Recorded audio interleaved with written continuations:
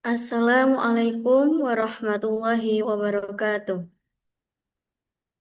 Selamat siang, salam sejahtera bagi kita semua. Salam Om Swastiastu, Namo Buddhaya, salam kebajikan.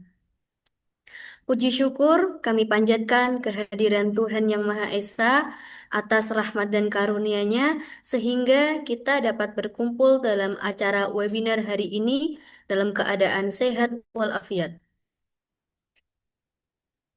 Yang terhormat Ketua Program Studi Teknik Kimia Universitas Wahid Hasyim Semarang, Bapak Safa'ah Nur Faizin, STMT. Yang terhormat narasumber kita Profesor Dr. Insinyur Rita Dwi Ratnani, STMM, IPM. Yang terhormat Ketua Himpunan Mahasiswa Jurusan Teknik Kimia, Saudara Deas Aldi Santoso, serta segenap hadirin yang berbahagia. Hadirin yang saya hormati, perkenalkan saya Naila Aulia Kamal sebagai pembawa acara akan membacakan susunan acara Engineering a Net Zero Future, Inovasi Carbon, Capture, Utilization, and Strong or CCUIs dan Transformasi Industri Kimia. Pada hari ini berikut susunan acaranya. Yang pertama yaitu pembukaan, yang kedua menyanyikan lagu Indonesia Raya, Yellow Waton dan Mars Teknik, yang ketiga sambutan-sambutan, yang keempat pemaparan materi oleh narasumber, yang kelima sesi tanya jawab, dan selanjutnya yaitu penutup. Hadirin yang saya hormati, untuk membuka acara ini, marilah kita membaca basmalah bersama-sama. Bismillahirrohmanirrohim. Semoga acara kita pada hari ini dapat berjalan dengan lancar dan diberikan kemudahan oleh Allah Subhanahu wa Ta'ala. Acara selanjutnya yaitu menyanyikan lagu Indonesia Raya, Yalal Waton, dan Mars Teknik. Hadirin semua diharapkan tenang dan hikmat.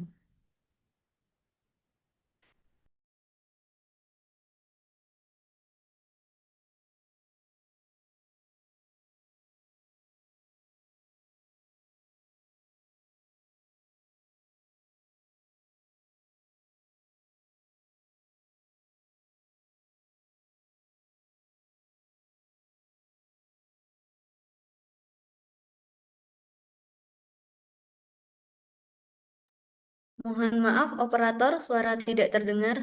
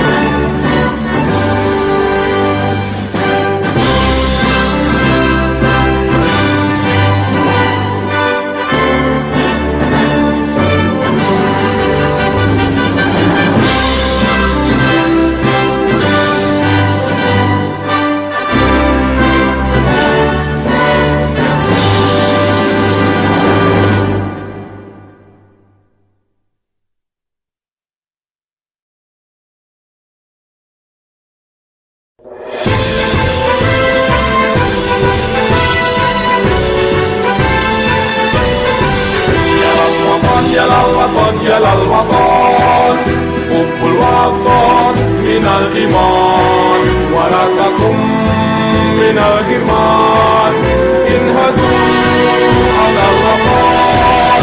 Yalal waton, yalal waton, yalal waton, hubbul waton minal iman, warakakum minal hirman, inhadu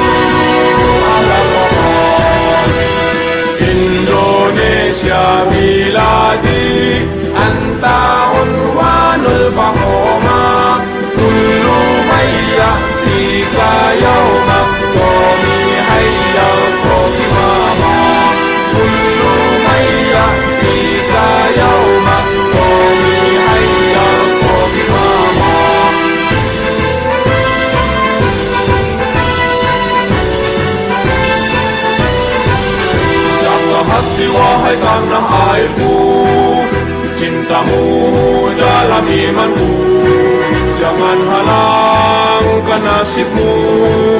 Bangkitlah hai bangsaku, usapkan hati wahai tanah airku. Cintamu dalam imanku, jangan halangkan nasibmu. Bangkitlah hai bangsaku. Indonesia negeriku, engkau panji martabatku. Siapa datang mengancammu, kan binasa di bawah tulimu. Siapa datang mengancammu, kan binasa di bawah tulimu.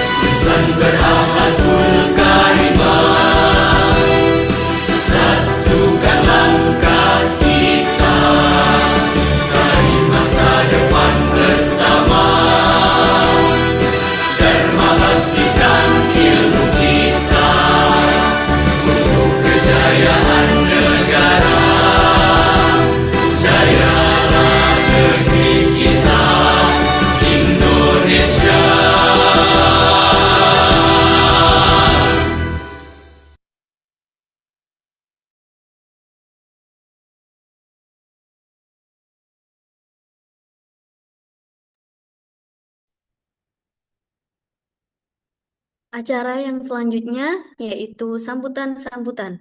Sambutan yang pertama dari Ketua Pelaksana Webinar Himpunan Mahasiswa Jurusan Teknik Kimia kepada Saudari Alia Rizky, waktu dan tempat kami persilahkan.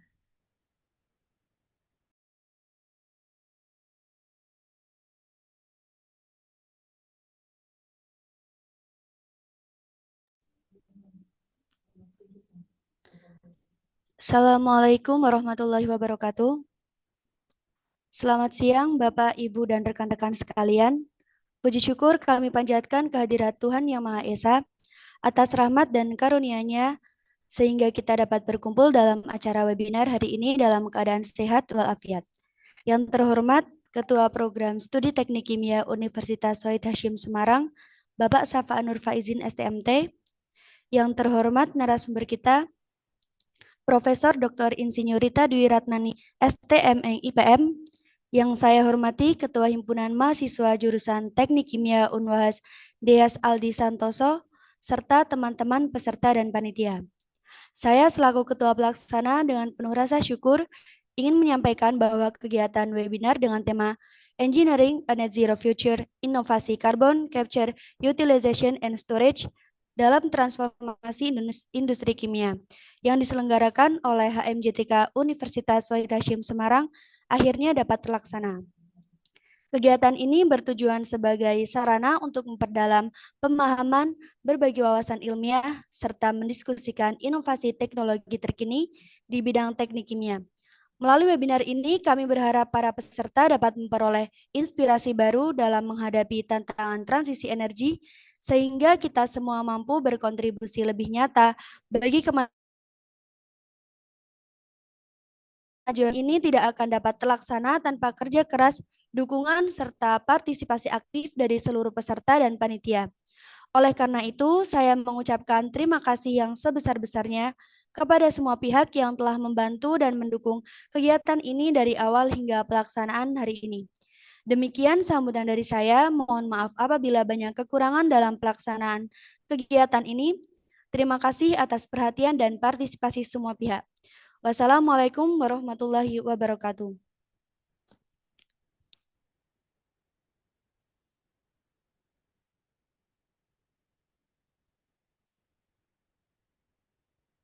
Diucapkan terima kasih. Sambutan yang kedua dari Ketua Himpunan Mahasiswa Jurusan Teknik Kimia kepada Saudara Deas Aldi Santoso, waktu dan tempat dipersilahkan.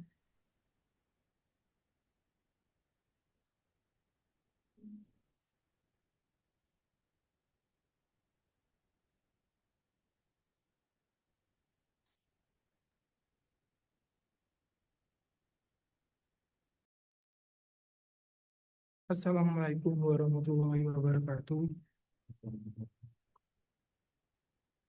Salam sejahtera bagi kita semua. Om Swastiastu, Namo Buddhaya, salam kebajikan untuk kita semua.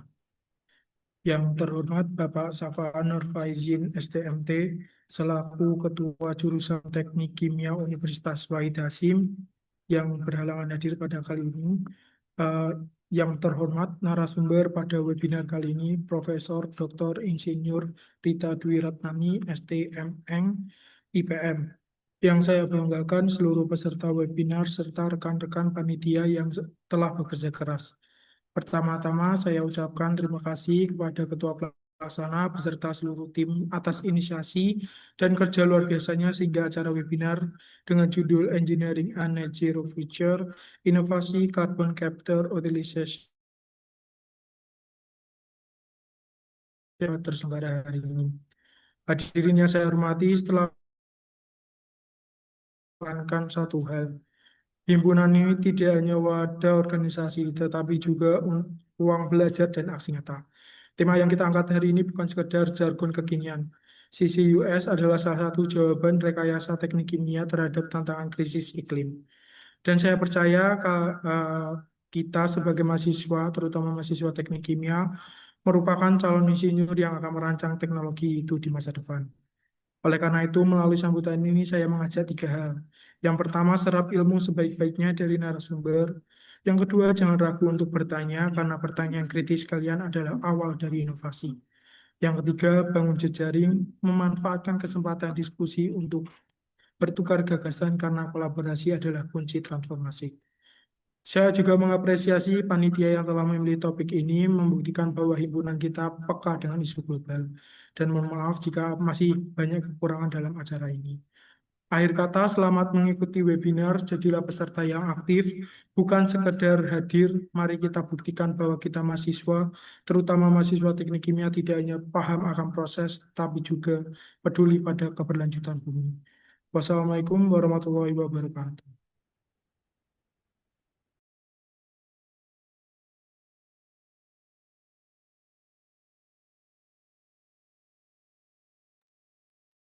Diucapkan terima kasih. Baiklah hadirin semua, sampailah kita pada acara inti, yaitu pemaparan materi webinar yang akan dibawakan oleh narasumber kita, Profesor Dr. Insinyur Rita Dwi Ratnani, STMN, IPM. Sesi ini akan dipandu oleh Saudari Zahra Sukma Anggraini sebagai moderator. Kepada Saudari Zahra, waktu dan tempat kami persilahkan.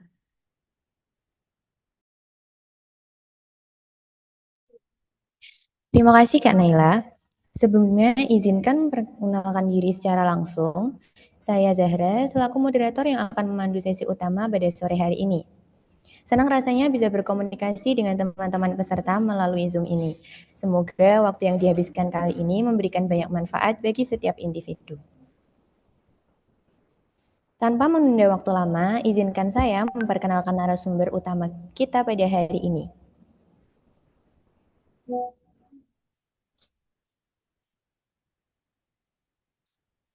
Profesor Dr. Insinyur Rita Dwi Ratnani, Sarjana Teknik Magister Engineer Insinyur Profesional Madya, merupakan pengajar Universitas Wahid Hasyim yang memiliki gelar guru besar pengelolaan lingkungan pada program studi teknik kimia. Beliau merupakan akademis dan praktisi yang sangat berpengalaman. Terbukti dari riwayat pendidikannya yang mencakup gelar Doktor S3 Ilmu Lingkungan dari Universitas Diponegoro yang didapat pada tahun 2022. Profesi insinyur dari Universitas Hasanuddin dan sertifikasi auditor halal pada 2025. Dalam ranah kepemimpinan, beliau saat ini menjabat sebagai staf ahli rektor bidang sumber daya manusia dan digitalisasi. Setelah sebelumnya pernah mengemban amanah sebagai dekan Fakultas Teknik dan ketua Lembaga Penjaminan Mutu. Prof. Rita juga memiliki rekam jejak riset yang sangat kuat, khususnya pada pemanfaatan limbah dan tanaman eceng gondok menjadi karbon aktif dan asap cair. Melalui 42 publikasi artikel ilmiah, mendapatkan 18 kali pendanaan penelitian, dan juga hibah, menerbitkan 4 buku dan karya lainnya, beliau juga aktif berperan sebagai auditor halal di berbagai lembaga sejak tahun 2003. Selain produktif menulis buku dan artikel ilmiah di jurnal internasional bereputasi, beliau juga berkontribusi langsung kepada masyarakat sebagai konsultan ahli pengolahan limbah dan narasumber di berbagai instansi pemerintah maupun industri. Saat ini, beliau juga masih aktif mengikuti organisasi, diantaranya sebagai anggota PII dan menjabat di bidang sertifikasi Inkalindo. Wow, perjalanan sangat panjang sudah dilalui oleh beliau. Mungkin langsung saja kita sambut narasumber kita, Profesor Rita.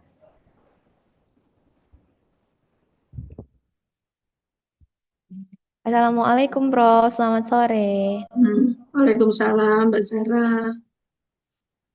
Profesor, bagaimana kabarnya hari ini? Kabarnya baik sekali, Mbak. Ya, teman-teman Alhamdulillah. semua juga baik. Alhamdulillah baik. Sesuai dengan tema kali ini, Prof. Rita akan berbagi ilmu mengenai sisi US dalam transformasi industri kimia.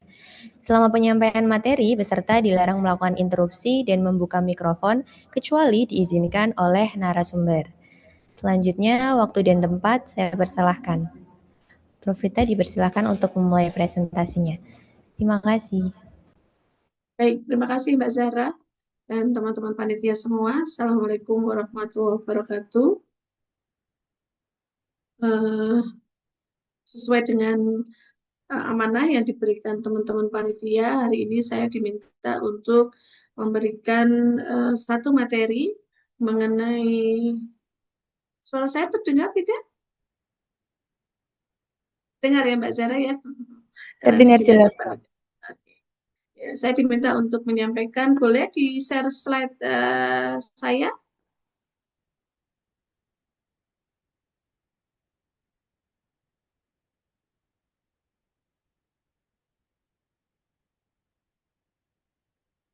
Baik, ya, hari ini saya akan menyampaikan sedikit materi mengenai Engineering Net Zero Future CCUS untuk transformasi di industri kimia.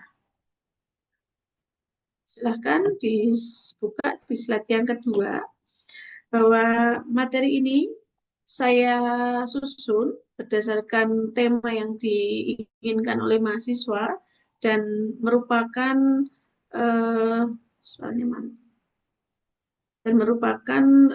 hal yang saat ini sedang menjadi topik global, bahwa yang terjadi saat ini mengenai krisis iklim, ya. Krisis iklim saat ini itu sudah menjadi kewaspadaan bersama, ya, kewaspadaan bersama bahwa ternyata masalah-masalah yang ada di lingkungan kita, yaitu dengan adanya peningkatan CO2. Peningkatan CO2 itu diakibatkan adanya industri yang mengeluarkan gas CO.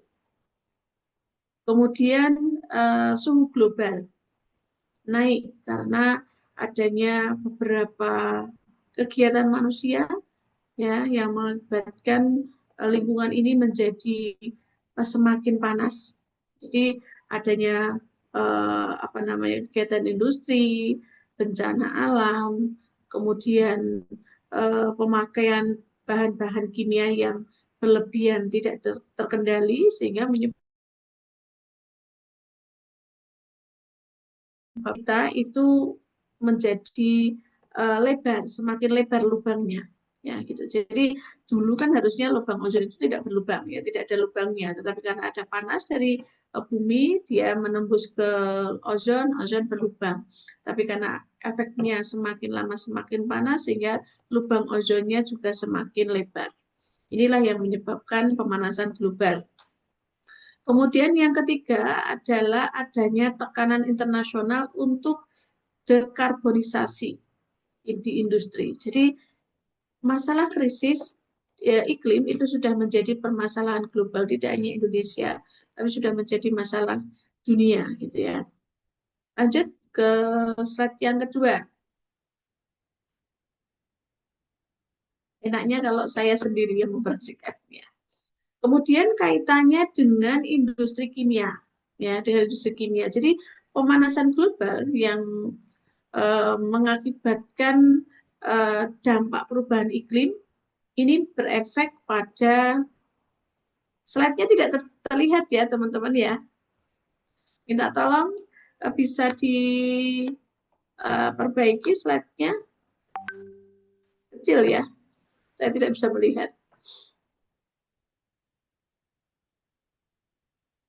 Atau saya share sendiri, boleh? Berita share aja ya, mungkin. Ya, saya share aja deh. Ini lebih enak. Bagaimana? Teman-teman bisa melihat file saya? Terlihat tidak? Sudah terlihat, Ibu. Terlihat, oke. Ya, kita lanjut ya. Ya. Jadi sebagaimana tema teman-teman yang diberikan ke saya untuk disampaikan pada hari ini, bahwa industri kimia itu saat ini menjadi sorotan bagi dunia global. Kenapa? Karena orang-orang beranggapan bahwa industri kimia itu menjadi salah satu faktor yang nomornya paling atas. Padahal sebenarnya kalau kita lihat industri kimia yang ada dengan sistem pengelolaan lingkungan yang baik, pastinya tidak akan menimbulkan permasalahan yang paling utama, ya. Tapi karena akan kita bahas hari ini, maka kita boleh hari ini kita membahas di mana titik yang harus kita perhatikan ketika industri kimia itu menjadi sorotan karena memberi dampak pada pemanasan global atau perubahan iklim. Yang pertama, bahwa industri kimia itu memang betul menghasilkan emisi dari penggunaan energi dan dari adanya reaksi kimia. Nah itu ya, yang tidak bisa kita pungkiri. Lalu ada yang beranggapan bahwa industri kimia itu sulit dieliminasi hanya dengan energi terbarukan, ya.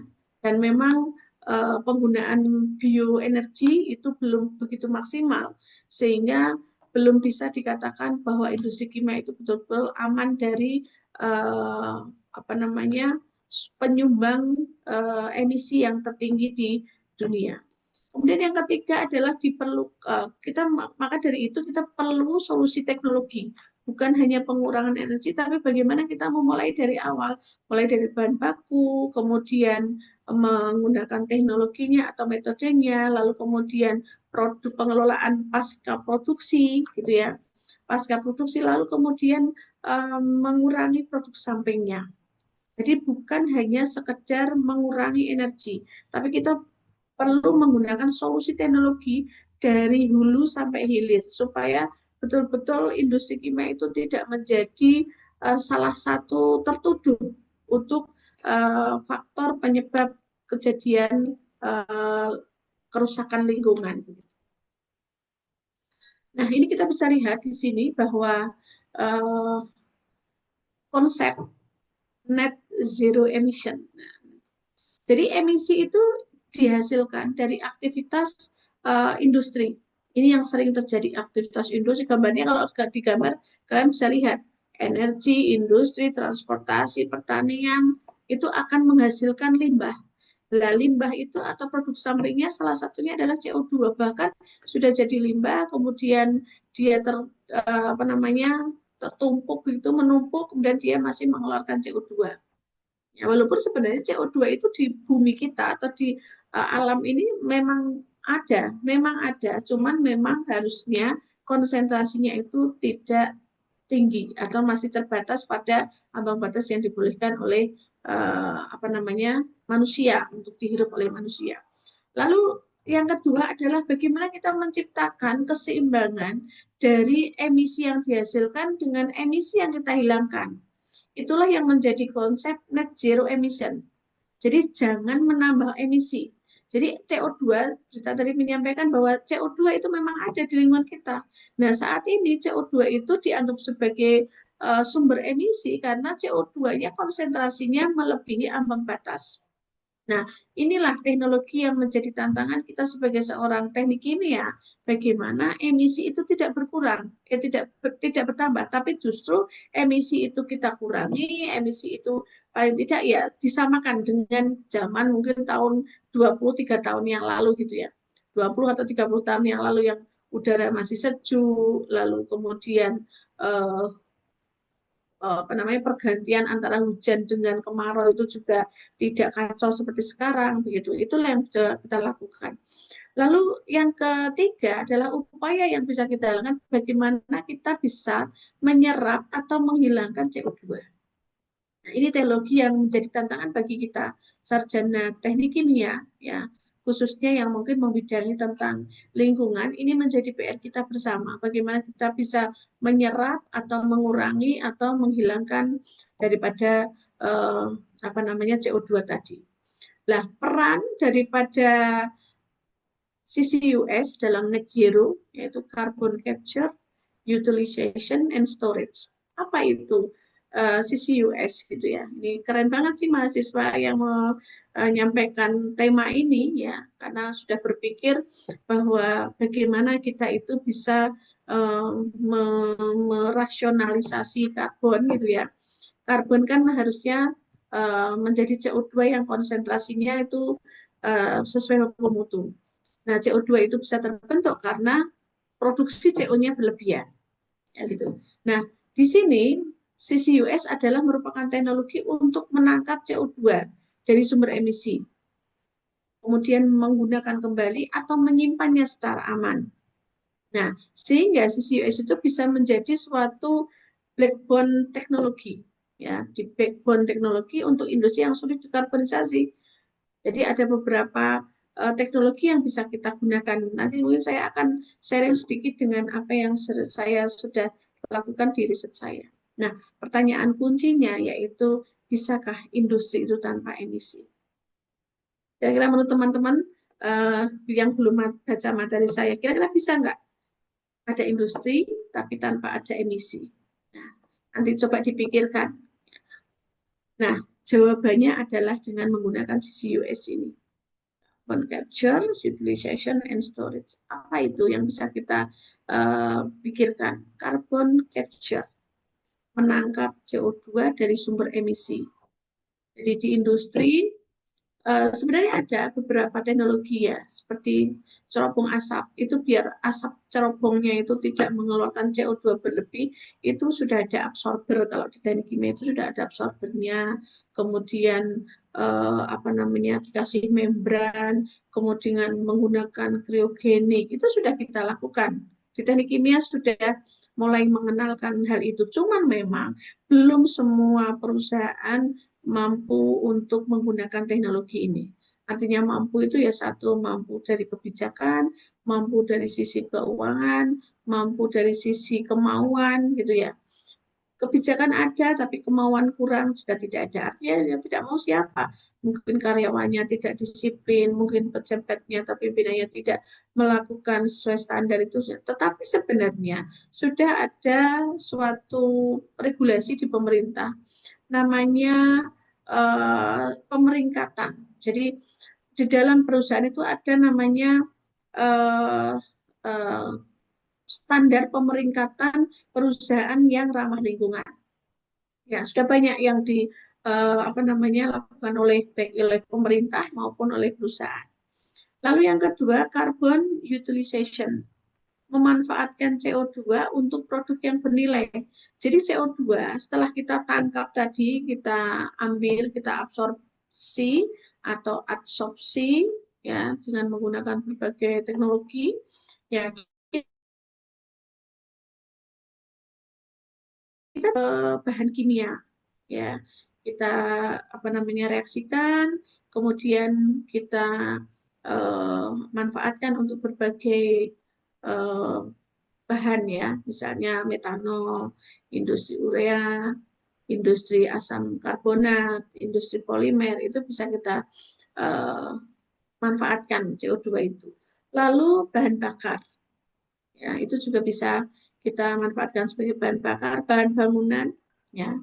Kemudian produk lain seperti pupuk, kan C itu kan juga dibutuhkan ya di industri pupuk. Lalu untuk minuman berkarbonasi ya dan industri makanan. Nah, cuman masalahnya bahwa CO2 yang dihasilkan dari limbah ya, keluar dari cerobong asap itu belum bisa secara langsung digunakan untuk pupuk, untuk minuman apalagi gitu. Jadi perlu treatment yang agak panjang hingga kita bisa mendapatkan produk yang bernilai jual lebih tinggi. Lalu yang ketiga ini adalah solusi yang terakhir ya. Untuk utilization tidak mampu atau nggak bisa, maka kita bisa men-storage karbon CO2 itu secara aman dalam jangka panjang, yaitu dimasukkan ke dalam bumi atau tanah ya, dengan menggunakan teknologi geologi ya, kita simpan di dalam bumi sehingga dia lebih aman dan dia bisa stabil selama waktu yang sangat lama, bisa ribuan atau juta tahun. Nanti mungkin kalau kesimpan lama CO2 ini bisa menjadi bahan bakar minyak lagi mungkin ya, tapi ini kayaknya belum ada hasil riset tentang itu. Nah, kemudian mengapa CCUS yang kita pilih, yaitu bahwa emisi itu sulit dieliminasi. Ini bagi beberapa, bukan sulit diselesaikan begitu, belum semuanya selesai, tapi sudah ada upaya-upaya tersebut.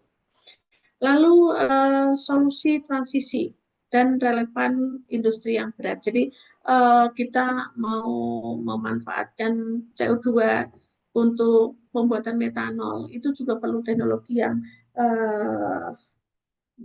dengan biaya yang murah, kemudian dengan hasil yang maksimal, itu memang masih perlu dikaji. Nah, ini adalah gambaran kalau kita ingin menangkap CO2 yang sudah ada di layar teman-teman semua. Jadi ini bisa kita lakukan. Jadi CO2 yang sudah lepas ke atmosfer itu kita bisa tangkap kembali. Nah, proses penangkapan itu dengan dikompresi, di storage, kemudian dari hasil storage itu kita manfaatkan sebagai bahan baku, sebagai bahan baku di industri, sebagai bahan baku di bahan bakar, sebagai bahan baku di pupuk, kemudian di makanan minuman itu bisa. Cuman memang perlu teknologi yang tidak mudah begitu. Cuman ini bisa dilakukan, tetap bisa ya. Karena sebenarnya sekarang itu karbon yang di situ, ya karbon yang kita lihat sekarang, kalau dulu kan keluarnya masih CO, makanya warnanya hitam. Ini gambarnya aja yang mungkin. Kalau CO itu sebenarnya tidak berwarna, CO2 itu. Jadi yang berwarna itu CO, karena karbon monoksida itu yang berwarna agak hitam. Lalu teknologi yang kita bisa gunakan untuk menangkap CO itu juga sudah tersedia, sudah disiapkan dan sudah banyak periset yang melakukan, yaitu menggunakan teknologi adsorpsi. Jadi CO2 itu melekat pada permukaan padatan berpori. Ya, ada adsorben di situ. Nah, nanti proses adsorpsi gas buang ya melewati kolom ya, kolom adsorpsi gitu, itu dia akan menempel di permukaan absorben, kemudian nanti akan ada dua produk yaitu CO2 yang sudah bersih, berkurang kandungan yang berbahayanya. Kemudian nanti ada produk samping yaitu CO2 yang pekat. Nah, CO2 yang pekat inilah yang mungkin nanti akan ini di bagian ini teman-teman, CO2 yang pekat inilah yang nanti akan kita masukkan ke dalam tanah.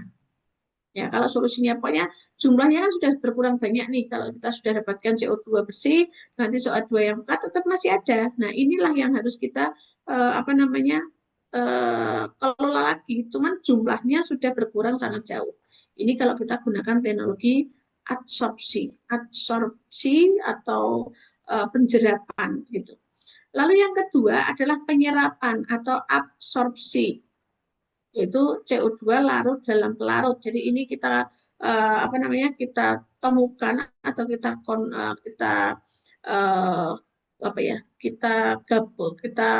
kita masukkan ke dalam kolom yang dia itu bisa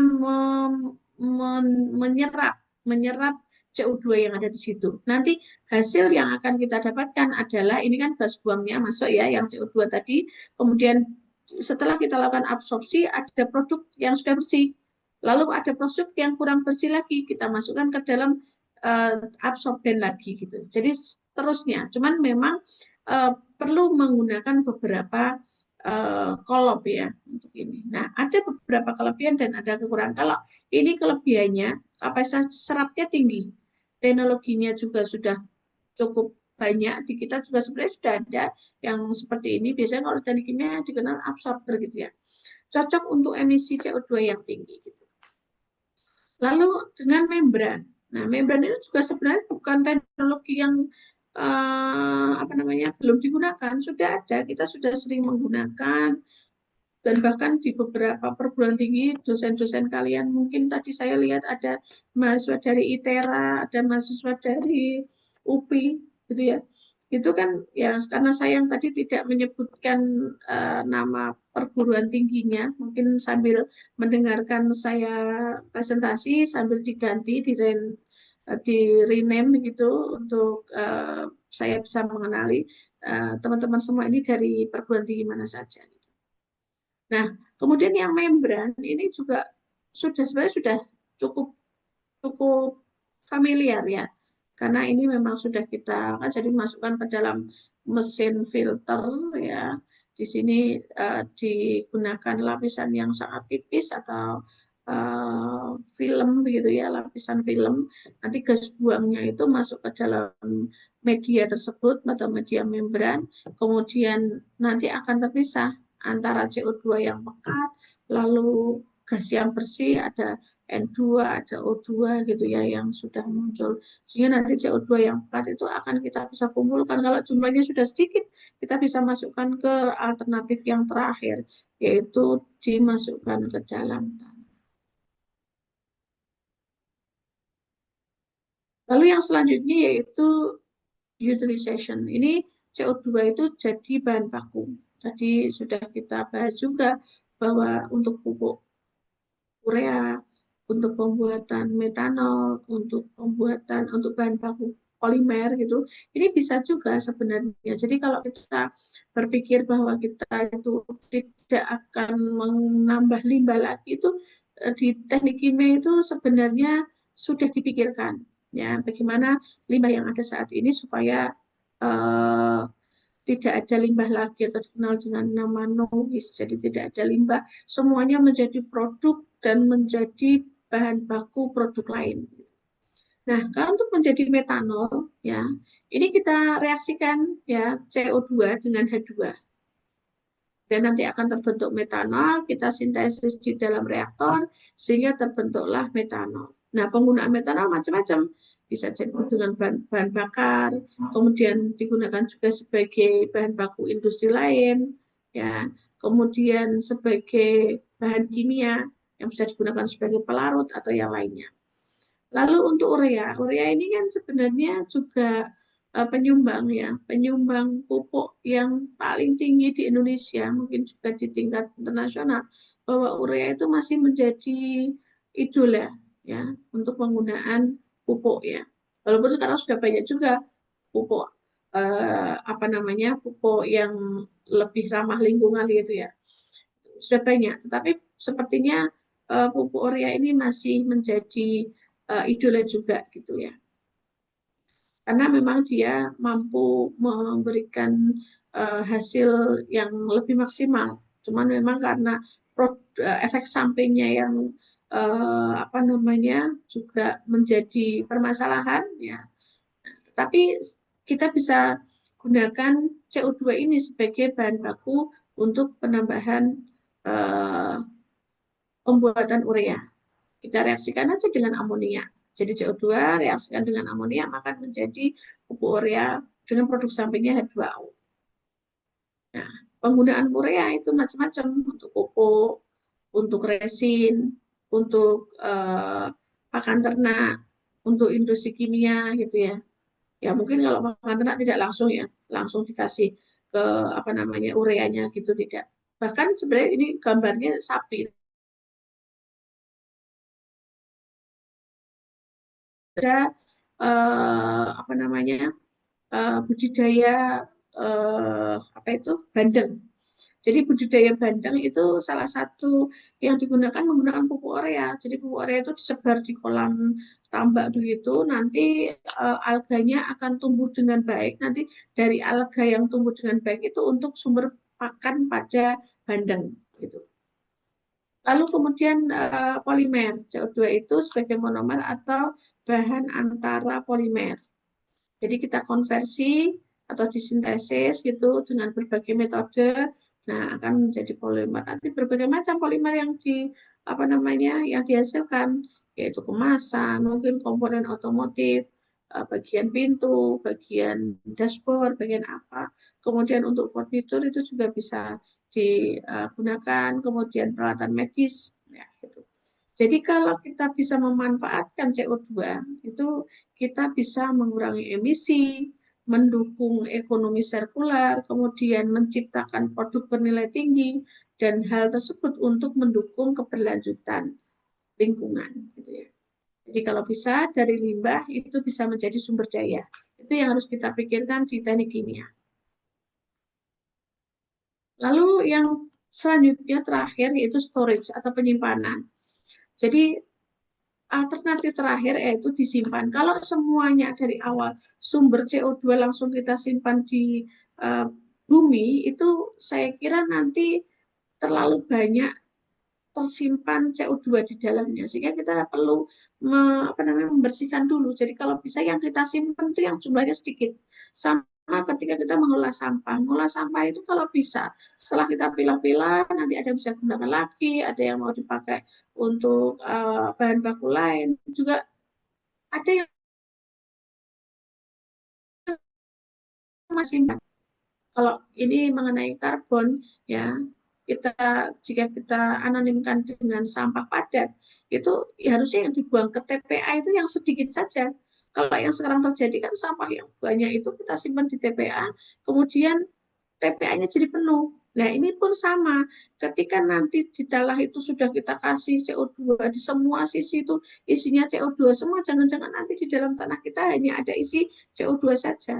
Nah, jangan sampai juga kita akan menimbulkan masalah baru. CO2 yang tersimpan di dalam bumi ternyata dia bereaksi dengan senyawa lain sehingga menyebabkan ledakan di dalam bumi. Jadi yang meledak tidak hanya atau yang meletus tidak hanya gunung berapi, jangan-jangan yang kita pakai untuk menyimpan CO2 malah justru dia menjadi permasalahan baru. Itulah yang harus kita pikirkan. Harusnya kita berpikir bahwa CO2 itu nanti bereaksi, kemudian dia menghasilkan energi baru lagi di dalam tanah, kan tersimpan lama tuh, tersimpan sampai jutaan tahun, kemudian nanti baru setelah 1 juta atau 1.000 tahun yang akan datang itu ternyata CO2 sudah bereaksi menimbulkan atau menghasilkan energi lagi, energi yang baru dan lebih ramah lingkungan lagi. Itu harapannya. Jadi kalau kita simpan, tapi menyimpannya jangan banyak-banyak. Yang kita simpan juga harus kita hitung supaya ruangan yang dipakai untuk menyimpan di dalam tanah itu tidak terdesak ataupun tidak justru bereaksi dengan senyawa yang lain yang berbahaya. Kemudian selanjutnya yang akan kita bahas itu transformasi di industri kimia. Ini temanya mahasiswa, bahwa untuk transformasi di industri itu sangat berkaitan langsung dengan sirkular karbon. Apa itu? Nah, itu bahwa di Indonesia itu berpeluang karena sumber CO2 kita punya tanah yang luas, ya, tanah yang luas. Kemudian kita juga berada di daerah yang kepulauan begitu, ada di pulau-pulau tertentu yang mungkin ada ruang kosong. Contoh misalnya bekas galian batu bara itu siapa tahu bisa dipakai untuk menyimpan CO2 ini, karena kan dia sudah berlubang atau mungkin nanti membuatnya desain untuk penggalian batu bara itu dibuat seperti storage gitu supaya menjadi tempat untuk menyimpan CO2 yang sangat berpotensi di Indonesia. Jadi nggak perlu bangun. Jadi memang sudah ada tempat-tempatnya, kita tinggal memasukkan, kita simpan, kita beri catatan atau diberikan laporannya, ya, diberikan laporannya, disimpan mulai kapan, kemudian jumlahnya berapa, itu kemungkinan akan lebih bagus dibandingkan kita langsung simpan ke dalam tanah. Tapi hal-hal yang tadi kita bicarakan itu memang kita harus pikirkan berapa biayanya, energi yang digunakan untuk melakukan itu bagaimana, kemudian regulasi yang ada saat ini dan yang akan datang itu bagaimana, sehingga di dunia global pun ini masih menjadi pemikiran bersama. Tapi sudah mulai pelan-pelan kita cari solusinya, kita cari jawaban-jawaban dari pertanyaan-pertanyaan, sehingga tantangan-tantangan yang ada ini kita bisa selesaikan secepatnya. Dari sini, dari tantangan tadi kan kita butuh inovasi. Jadi kalau misalnya nih kita punya sumber CO2, kita mau simpan. Kemudian kalau kita tidak berpikir tempat menyimpannya itu di tempat mana saja yang berpotensi, ya kita akan menyimpannya semuanya di dalam tanah. Berarti dalam tanah ada airnya, ada batuannya, ada gasnya, gitu ya. Itu kan berarti nanti suatu ketika tempat-tempat untuk menyimpan itu menjadi berkurang. Nah, tantangannya adalah ketika tempat menyimpan itu sudah tidak ada, kita bisa mencari solusi yang lain. Nah, inovasi yang bisa kita lakukan apa? Kita jadikan sebagai material baru dan kita juga mungkin bisa mengembangkan menjadi katalis. Nah, peran kita semua, kita kan akademisi ya, kita akademisi bahwa kita itu kalau bisa ada riset-riset yang berkaitan dengan permasalahan atau tantangan tadi. Bagaimana kita bisa meminimalisir biayanya, bagaimana kita bisa meningkatkan atau memaksimalkan hasil inovasinya, ya, sehingga yang kita upayakan tadi bisa menjadi hal yang awalnya mustahil bisa menjadi suatu kenyataan. Nah, berarti harus ada riset, kemudian harus kita implementasikan. Itu adalah tugas kita bersama.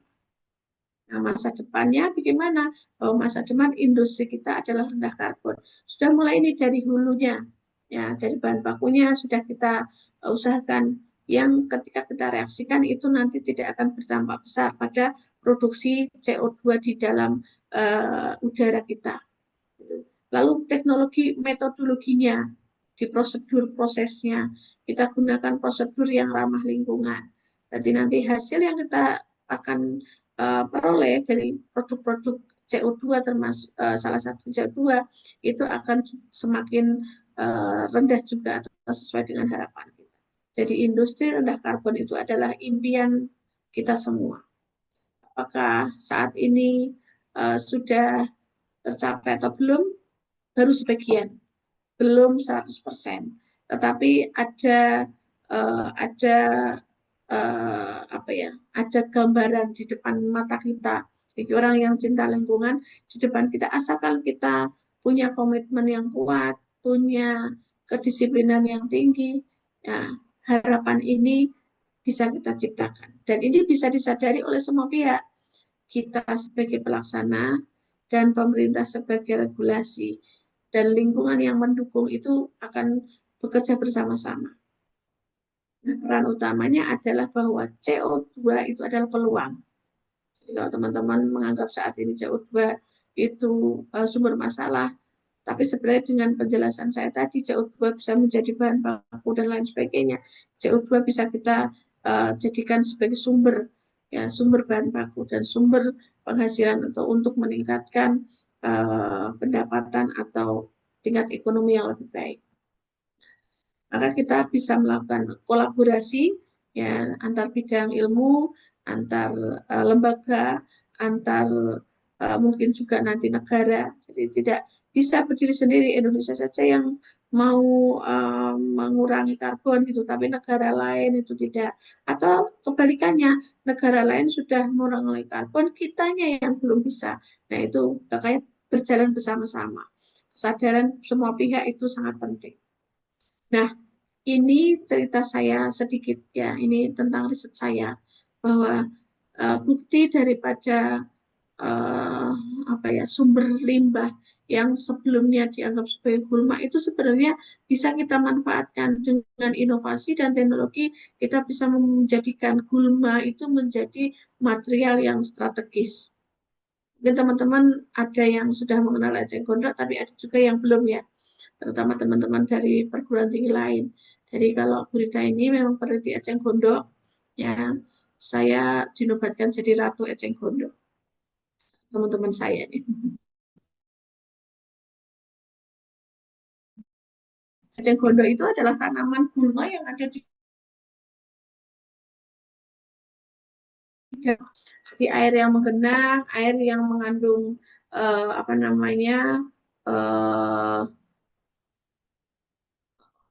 limbah pupuk ya yang mengendap di situ, itu eceng gondok akan tumbuh dengan sangat cepat. Nah, dengan pertumbuhan eceng gondok yang sangat cepat itu dia akan menimbulkan permasalahan lingkungan perairan. Jadi pertumbuhannya itu memang sangat cepat. Dia tumbuhnya bergerombol, 2 hari saja dia sudah bisa menghasilkan bergerombol-gerombol lagi. Apalagi kalau misalnya kita memanennya hanya bagian atas, maka bagian gerombolan bawahnya atau akarnya itu akan cepat tumbuh lagi. Nah, permasalahan lingkungan yang ada di perairan itu apa? Yaitu akan menurunkan kualitas air dan mengganggu ekosistem yang ada di air. Jadi air yang ada eceng gondoknya itu akan menjadi keruh, ya. Kemudian terdapat banyak partikel karena kan akar eceng gondok itu mengapung dan bergerombol. Dia itu menyerap banyak kotoran, tetapi dia suatu ketika akan luruh sehingga kalau air yang diambil dari rawa atau dari perairan yang mengandung yang ada eceng gondoknya itu pasti airnya menjadi keruh dan tidak bisa dimanfaatkan karena itu memunculkan partikel-partikel yang mengapung begitu. Nah, kalau mengganggu ekosistem itu di dalam air. Jadi kalau ada tumbuhan eceng gondok, sinar matahari tidak bisa nembus ke dalam air. Efeknya apa? Ketika tidak bisa nembus ke dalam air, maka sumber makanan daripada binatang-binatang air itu berkurang. Karena sumber matahari kan membantu proses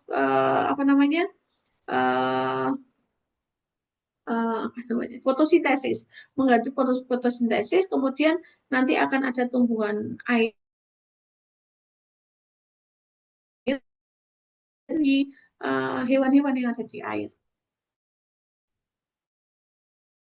Hewan air yang ada di dalam perairan itu kalau dia kurang apa namanya, sumber sinar matahari juga akan berkurang sumber oksigen. Nah, sumber oksigen yang tidak bagus di dalam tumbuhan air itu juga akan mengganggu ekosistem yang ada.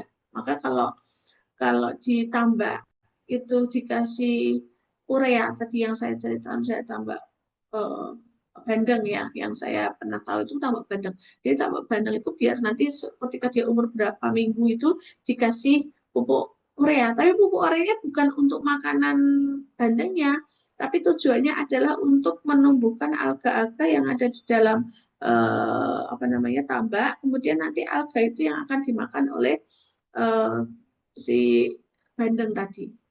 Lalu eceng gondok ini adalah sebagai tumbuhan yang kaya akan lignoselulosa. Nah, lignoselulosa ini adalah sebagai prekursor karbon. Jadi saya itu S1 penelitiannya mengenai pembuatan karbon aktif dengan menggunakan metode pirolisis eh, dengan apa ya, bahan pengaktif ya, bahan pengaktif NaCl.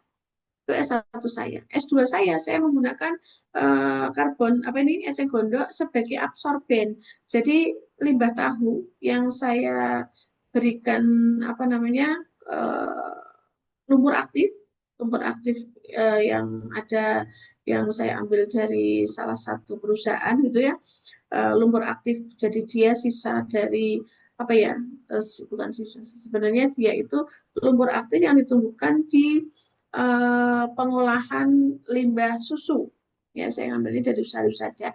Saya tumbuhkan di situ, kemudian nanti apa namanya, mikroba-mikroba atau makhluk hidup yang ada di dalam lumpur aktif itu akan memakan limbah tahu yang saya akan turunkan kandungan CO2, CO, COD, BOD, dan lain sebagainya. Kemudian yang ketiga yaitu eh, pemikiran saya bahwa eceng gondok itu kan anggapan orang sebagai gulma atau sebagai sumber masalah. Tapi saya berpikir bahwa bagaimana eceng gondok yang dianggap sebagai gulma, eceng gondok yang dianggap sebagai sumber masalah, mungkin juga akan dianggap sebagai waste, ya itu paradigma barunya bahwa waste itu kita manfaatkan untuk memberi nilai yang lebih tinggi. Nah, ini yang saya lakukan ya. Kalau mahasiswa yang di sini, yang di Teknik Kimia Unwahas itu melakukan pirolisis eceng gondok pernah, uh, aktivatornya KUH H3PO4 juga pernah dilakukan dengan menggunakan microwave. Kemudian selain eceng gondok, saya juga melakukan, saya bersama teman-teman mahasiswa Teknik Kimia Unwahas itu melakukan pirolisis untuk daun mangrove. Ya, kalau di apa, di laut mangrove itu kan yang digunakan batang sama ranting ya untuk menahan gelombang, bukan daun. Kalau daun buah itu tidak kita gunakan, tidak secara langsung oleh apa namanya, masyarakat ataupun lokasi di laut gitu ya. Manfaatnya tidak secara langsung. Cuman kalau buahnya kadang dimakan, ada yang dimakan. Tapi kami di sini melakukan penelitian karena daunnya juga cukup banyak, kami memanfaatkan sebagai aktif. Kita aktif menggunakan KUH, NOH, H3O4, kemarin itu lagi NaCl kalau nggak salah. Dan kita coba dengan menggunakan microwave gitu. Nah, dari karbon aktif yang kita peroleh itu ternyata memberikan luas permukaan yang tinggi. Tadi kan dipakai adsorpsi, ada kan tadi di adsorpsi itu kita bisa gunakan sebagai bahan baku di sana. Ya.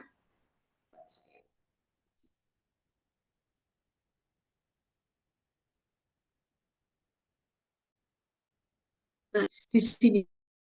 Jadi dimanfaatkan dalam kolom ini. Nah, di dalam kolom ini kan karbon aktif, adsorben. Nah, produksi yang tadi kita bisa gunakan di sini. Artinya apa? Bahwa ketika kita bisa memanfaatkan sumber daya alam itu untuk membantu proses uh, pengurangan limbah menjadi yang lebih ramah lingkungan, itu kita bisa lakukan di sini. Kemudian karbon aktif itu merupakan struktur pori yang berkembang dan sangat berpotensi sebagai adsorben di CO2 yang tadi sudah saya tunjukkan di gambar. Nah, kemudian relevansi riset saya bahwa absorpsi CO2 itu bisa melalui struktur pori dan gugus fungsi yang bisa tadi dihasilkan dari karbon aktif dari eceng gondok, daun mangrove, ada juga yang kemarin itu membuat dari kayu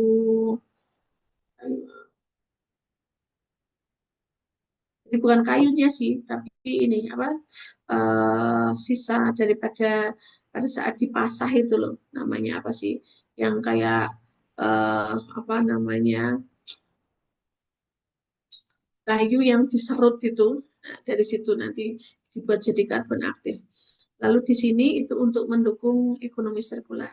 Jadi itu yang diharapkan dari sisi US ya, jadi karbonnya berkurang, tapi teknologi yang digunakan untuk mengurangi itu juga tidak perlu membuat dengan bahan baku yang baru.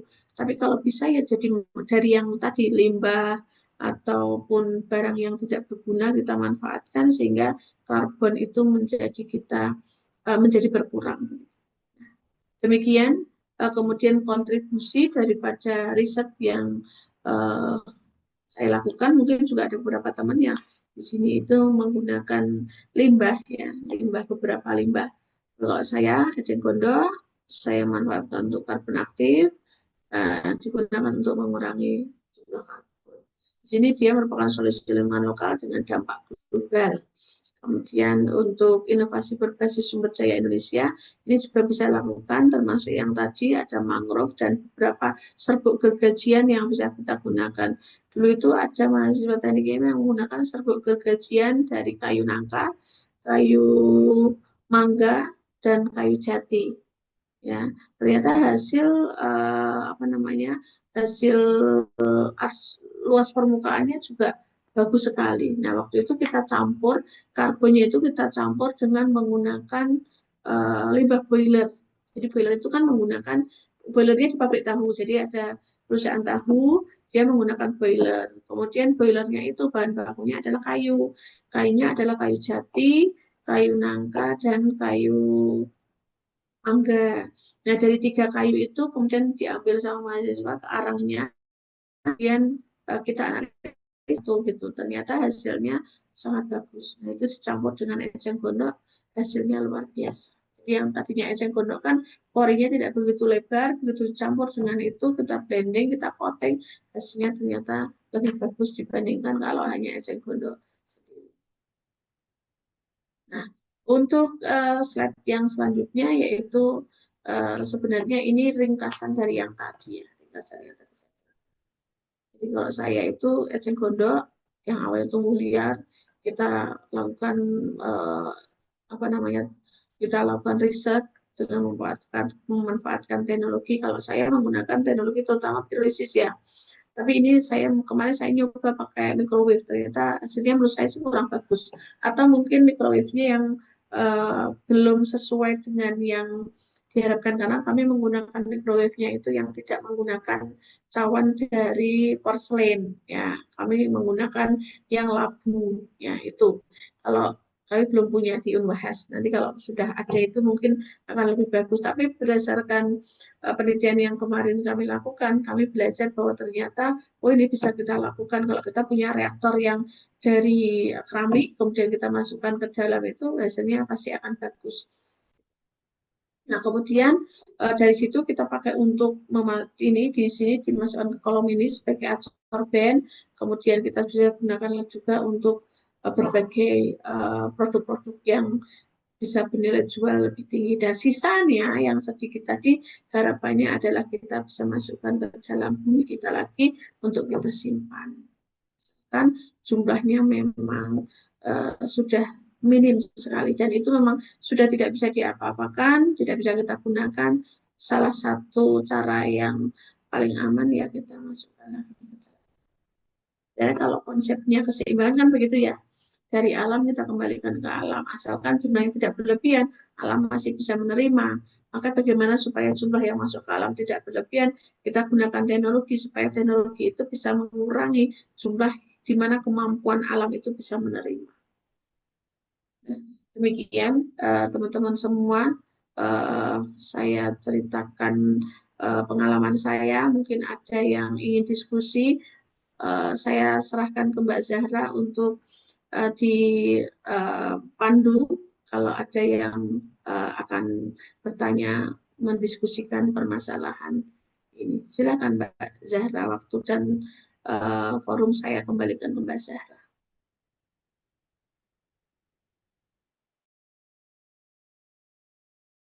Yang sangat luar biasa dan insightful. Terima kasih Prof. Rita atas ilmunya. Mungkin saya izin merangkum sedikit pemaparan yang telah disampaikan, di mana bumi saat ini sedang mengalami krisis iklim yang menyebabkan banyak dampak buruk, seperti peningkatan CO2 yang menjadi masalah global khususnya pada industri kimia.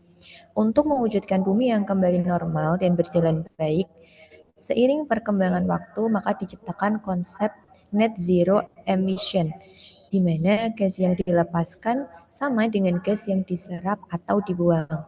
CCUS ini merupakan salah satu solusi alternatif di mana karbon yang dikeluarkan ditangkap menggunakan metode adsorpsi, absorpsi, dan juga membran. Karbon juga bisa dijadikan sebagai bahan baku seperti metanol, urea, polimer. Lalu storage atau menyimpan karbon ke dalam tanah yang diharapkan akan menciptakan sumber energi baru yang lebih ramah lingkungan. Contohnya disimpan pada bekas galian tambang batu bara. Perlu diingat bahwa dengan pemanfaatan teknologi dan usaha maksimal yang dilakukan dengan prinsip waste to value, CO2 akan menjadi peluang besar dalam perkembangan industri hijau di bumi. Prof. Rita juga telah memulai langkah mewujudkan CCUS ini dengan menggunakan tanaman eceng gondok sebagai bahan utama penelitian. Sesi selanjutnya yaitu sesi tanya jawab. Kepada para peserta yang ingin mengajukan pertanyaan, dipersilakan untuk mengangkat tangan dan dipersilakan berbicara apabila telah dipersilakan.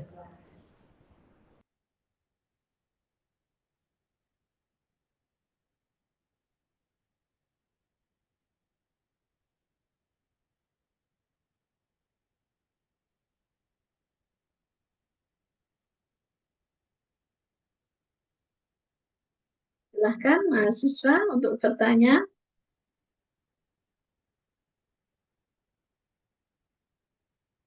Itu dua hal yang menjadi pemikiran Berita. Jadi kalian nggak bertanya itu sudah paham, atau sebenarnya nggak paham sama sekali kalau mau bertanya itu tanya apa gitu, Mbak Zahra.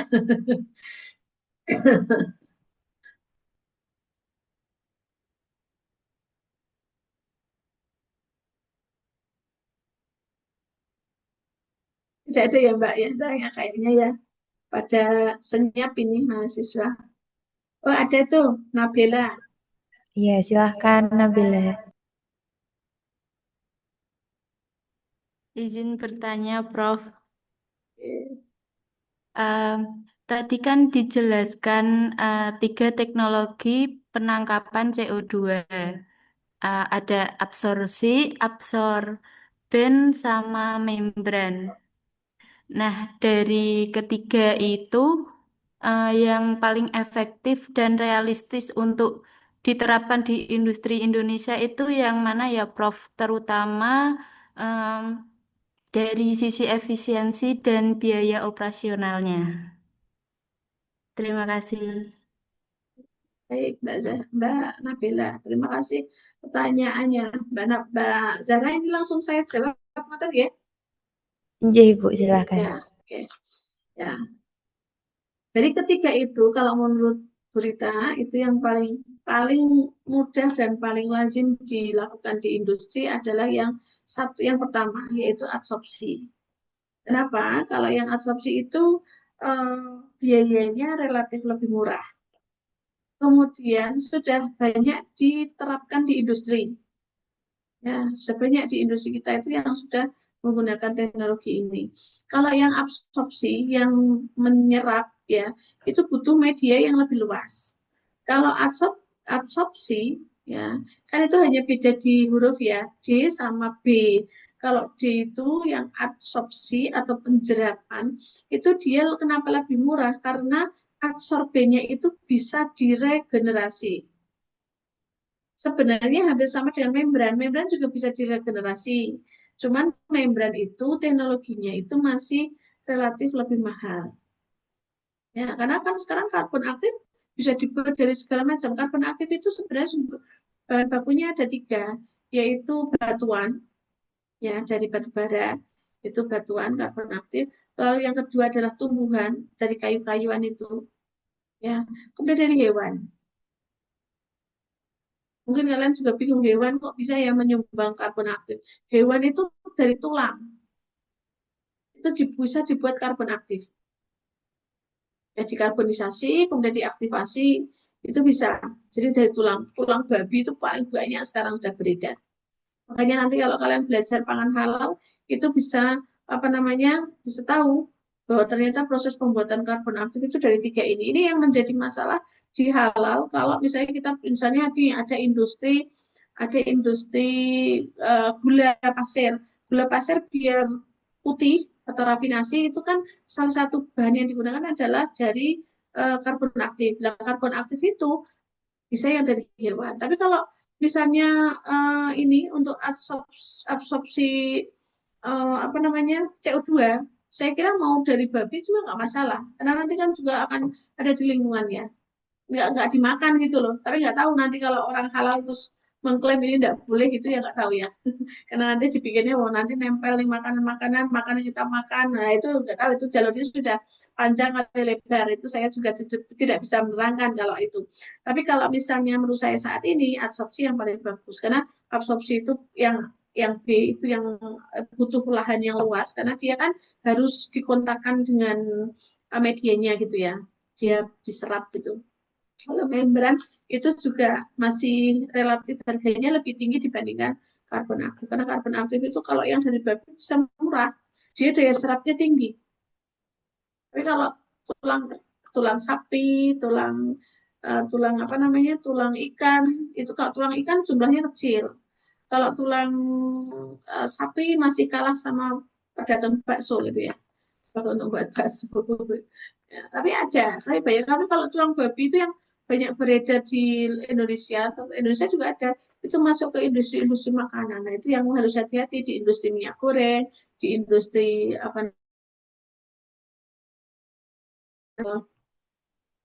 minyak goreng, industri sirup, itu kan semuanya menggunakan karbon ini. Jadi teknologi karbonisasi itu sebenarnya menurut saya, karena ya ini bidang saya, jadi saya ada banyak lebih banyak tahu lah gitu ya di bidang saya, sehingga saya ngerti kalau karbon aktif itu memang penggunaannya sangat luas. Apalagi sekarang karbon aktif itu bisa digunakan sebagai bahan baku baterai. Ini yang sekarang sedang diteliti. Jadi bahan baku baterai itu bisa kita gunakan karbon aktif. Nah, karbon aktif kita buatnya dari limbah. Nah, itu yang apalagi nanti kalau untuk nyerap CO2 ini juga bisa kita gunakan, itu justru penelitian-penelitian tentang activated carbon ini menjadi peluang besar bagi kita. Itu Mbak Nabila, jawaban berita. Ada ini Mbak di kolom chat ya, ada satu pertanyaan ini dari siapa nih? Ya, izin saya bacakan ya, Ibu. Oke.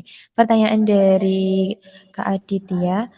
Izin bertanya, Prof, dalam konteks konversi biomasa pada ejeng gondok tadi menjadi material bernilai tambah. Nah, bagaimana karakteristik kimia, misalnya kandungan lignoselulosa atau kadar air tinggi, mempengaruhi pemilihan proses konversi yang paling optimal. Selain dari eceng gondok, sebelumnya saya juga pernah mengetahui bahwa alga juga cocok untuk diterapkan sebagai CCUS alami atau natural based solution. Kira-kira mulai dari proses penanaman, proses dan pemanfaatan, apakah eceng gondok ini masih lebih unggul kalau dari segi life cycle assessment-nya bagaimana? Ya, bagus pertanyaannya ini lengkap. Pertanyaannya kayaknya satu kolom tapi pertanyaannya banyak ini. Ya, saya boleh tanya Mas Aditya ini dari perguruan tinggi mana? Kayaknya bukan dari Unwaras ya?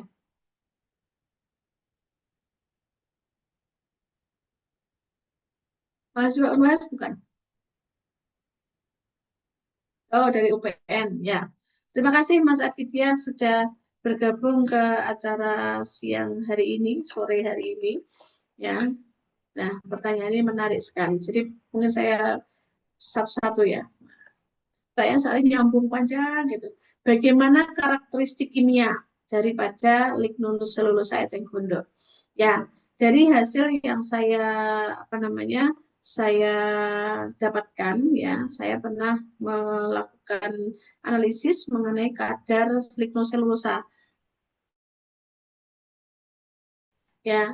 Jadi lignin eceng gondok memang kecil, kecil ya, kecil. Jadi eh, untuk membuat, makanya tadi ketika saya melakukan riset hanya menggunakan eceng gondok sebagai karbon aktif, daya serapnya tidak lebih bagus dibandingkan kayu keras.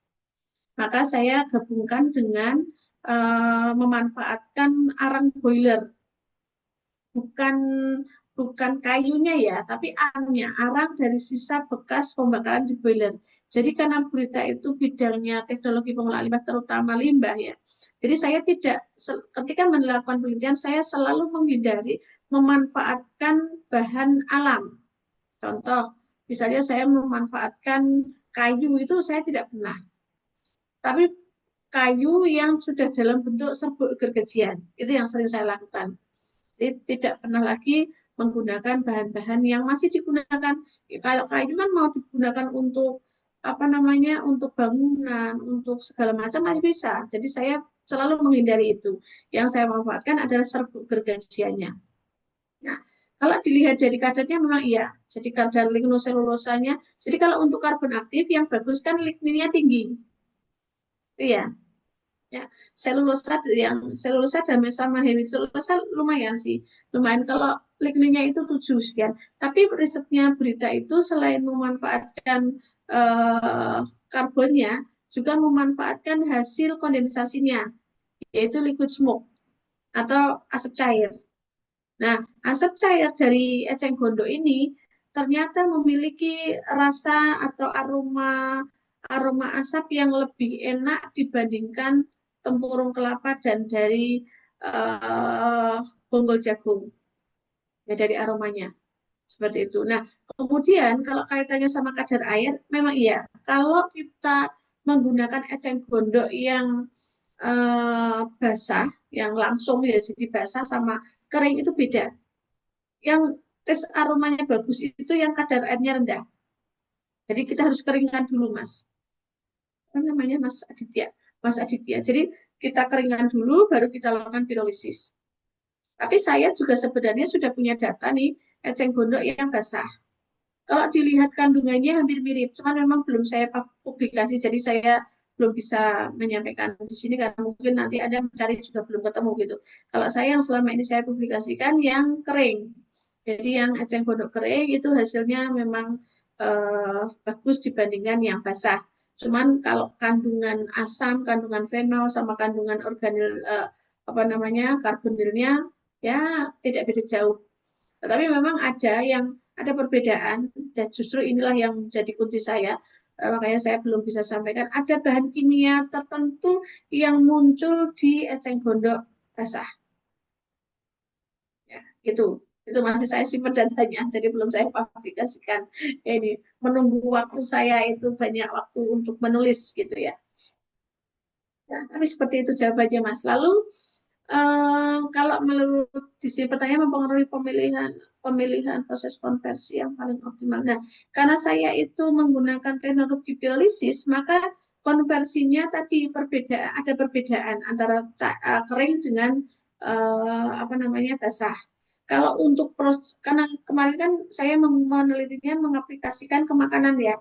Jadi proses pirolisis eceng gondok, kemudian hasil cairnya saya manfaatkan untuk pengawetan belut. Itu aromanya memang dari aroma yang paling bagus yang kering, yang kandungan airnya kecil. Kalau yang kandungan airnya basah, kayaknya lebih condong ke ada satu bahan kimia tertentu yang menonjol. Nah, ini yang baru mau saya baru saya siapkan untuk publikasinya. Jadi menonjol dan itu menarik sebenarnya sebagai bahan kimia. Artinya begini, kalau kita misalnya tidak perlu mengeringkan eceng gondok, itu langsung aja begitu dipanen, dibabat sama amfibi itu langsung kita masukkan pirolisis, jadi produk cairan dan jadi karbon. Kalau karbonnya sama, cuman memang terus terang yang basah ini saya kemarin belum lanjutkan ke ke analisisnya, belum saya uji FTIR sama GET dan SEM EDX-nya belum. Jadi saya tidak bisa memberikan jawaban secara ilmiah ya, karena mungkin hanya dugaan saya. Tapi kalau dari visualnya sama, karena keringnya sama. Cuman dari sisi porinya berapa lebarnya atau berapa luasnya saya belum bisa menyampaikan. Lalu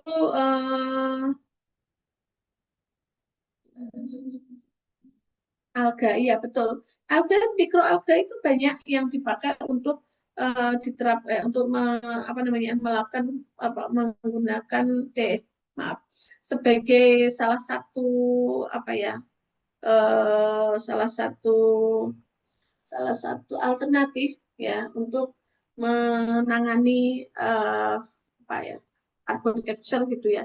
Jadi ini menurut saya bisa juga. Saya dosen Undip itu kan juga ada yang meneliti menggunakan mikroalga gitu ya. Tapi setahu saya kalau mikroalga kan harus ditumbuhkan ya. Dia tidak bisa tumbuh sendiri. Kalau eceng gondokan asalkan ada air menggenang, kemudian ada bibit eceng gondoknya, dia dibiarkan saja udah merajalela. Itu yang saya tahu. Tapi kalau mikroalga itu bisa begitu ya kemungkinan ya tanpa biaya apapun ya bisa kita manfaatkan sebagai salah satu alternatif. Jadi kalau saya karena saya memang bidangnya limbah, kalau bisa itu bahan baku yang saya gunakan yang tidak mahal, tidak perlu merawat, justru dia merajalela dengan sendirinya dan kita manfaatkan untuk sumber penjerap itu saya kira bisa. Tapi kalau perlu dirawat, perlu ditumbuhkan, perlu di ini, ya nanti akibatnya kayak membran kan juga gitu ya, nilai produksinya lumayan. Tapi saya mungkin karena tidak begitu tahu aja. Tapi kalau pertanyaannya ke eceng gondok, ya saya sebut itu.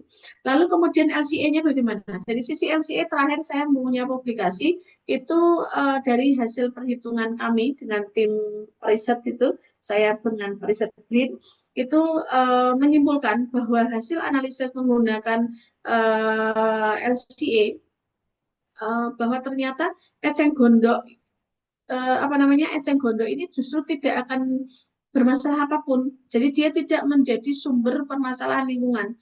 Justru dari hitungan kami, kan kami lakukan pirolisis, tidak ada asap yang keluar. Justru cairan. Nah, nilai di situ itu sudah bisa sudah bisa memenuhi daripada perhitungan LCA-nya. Justru yang menjadi masalah di hitungan kami malah pertumbuhan eceng gondok yang masih tidak bisa dikendalikan. Itu hitungan kami kemarin. Mungkin kalau Mas Aditya mau membaca artikel saya yang terbit di jurnal terakhir itu dari tahun 2025 akhir tentang LCA pirolisis eceng gondok. Mas Aditya bisa mengunjungi Google Scholar saya, Rita Biratnani, nanti di jurnal yang terbit 2025. Itu ada jurnal internasional yang tumbuh tumbuh yang sudah saya lakukan publikasi mengenai LCA. Dulu juga sama, saya dulu menggunakan ini kan beda LCA ya. Kalau dulu zaman saya LCA yang pertama itu juga sama, tapi instrumen yang saya gunakan berbeda. Kalau kemarin yang free saya tidak bayar. Kalau yang dulu saya bayar juga sama, ketemunya itu pertumbuhan eceng gondok yang menjadi permasalahan lingkungan, bukan dari proses pirolizisnya, pemanfaatannya. Seperti itu Mas Aditya yang bisa Berita sampaikan untuk menjawab pertanyaan panjenengan. Mungkin ada yang masih belum puas, bisa disampaikan kembali.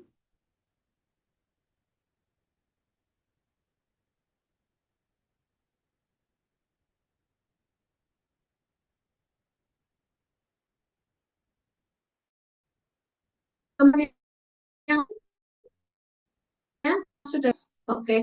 Baik, terima kasih Mas Adit. Ada lagi teman yang mau menyampaikan pertanyaan?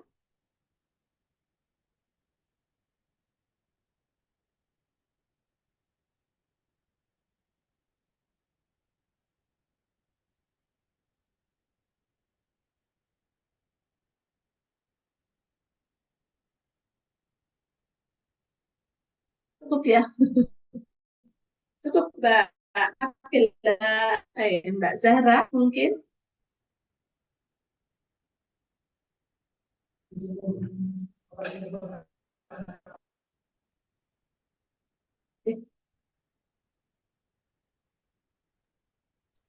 Oke, baik. Mungkin jika ada partisipasi pertanyaannya, dipersilahkan.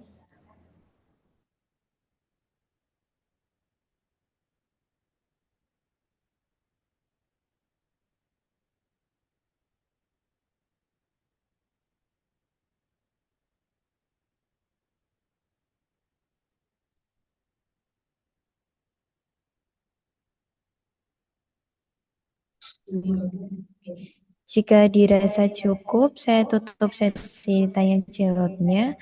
Sesi selanjutnya yaitu penyerahan sertifikat kepada narasumber dan dilanjutkan dengan foto bersama.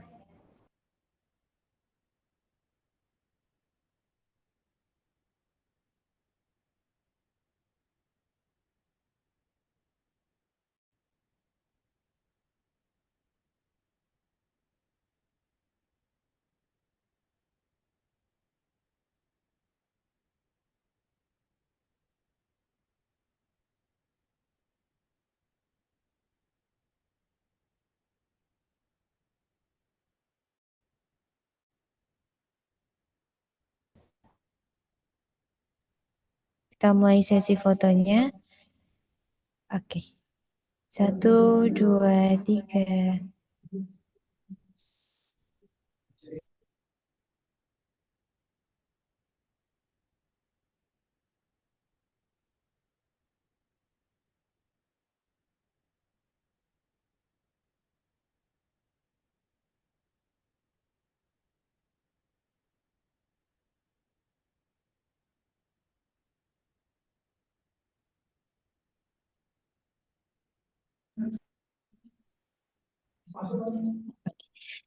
Terima kasih. Selesai sudah sesi utama pada sore hari ini. Terima kasih kepada partisipan yang aktif dan narasumber kita, Prof. Saya selaku moderator meminta maaf apabila ada tutur kata dan tingkah laku yang kurang berkenan selama memandu acara sore hari ini. Akhir kata, wassalamualaikum warahmatullahi wabarakatuh. Sesi selanjutnya saya kembalikan ke MC. Terima kasih.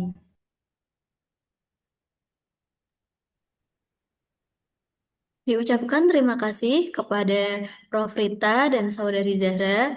Hadirin yang saya hormati, sebelum kita mengakhiri acara, kami mohon kepada seluruh peserta untuk melakukan pengisian Amtik melalui link yang telah dibagikan oleh panitia di kolom chat sebagai tanda bentuk absensi dari kita.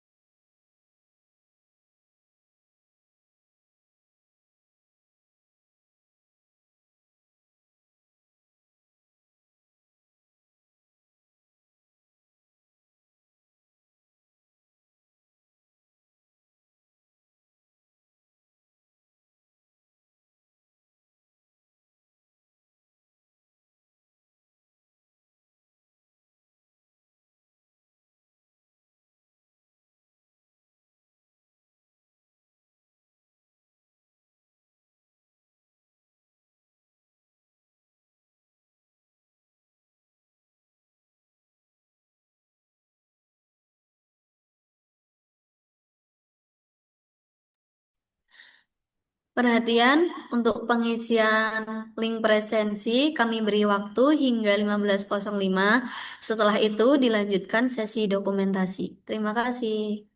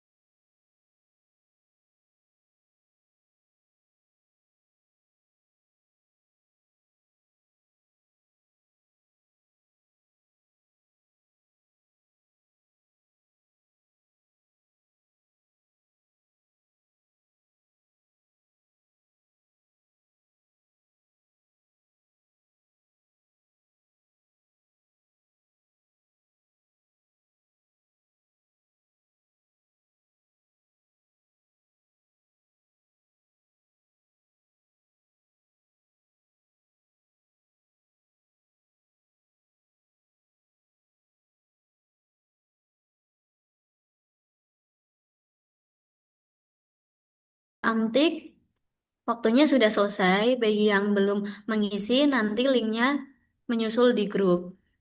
Untuk selanjutnya, marilah hadirin dimohon untuk mengaktifkan kamera atau on cam. Sesi foto akan saya pandu dalam 3 hitungan.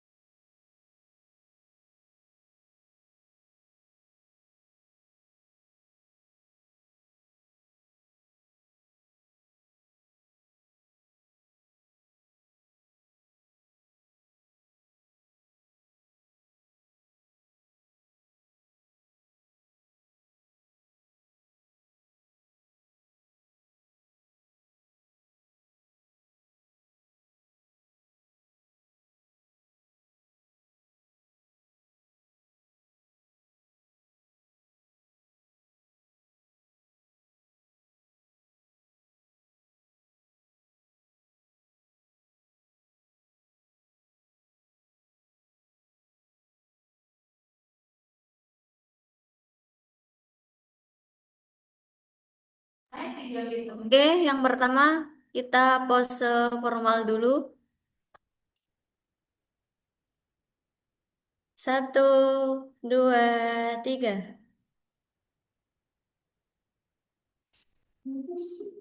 Selanjutnya, Selanjutnya boleh puasa bebas, teman-teman. 1, 2, 3.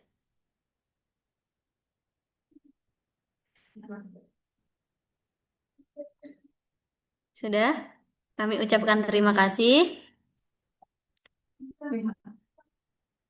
Tak terasa kita telah sampai di penghujung acara. Terima kasih kepada narasumber dan seluruh peserta yang telah berpartisipasi. Saya, Naila Aulia Kamal, memohon maaf apabila ada tutur kata yang kurang berkenan. Marilah kita tutup acara ini dengan bacaan hamdalah bersama-sama. Alhamdulillahirabbil alamin. Wassalamualaikum warahmatullahi wabarakatuh.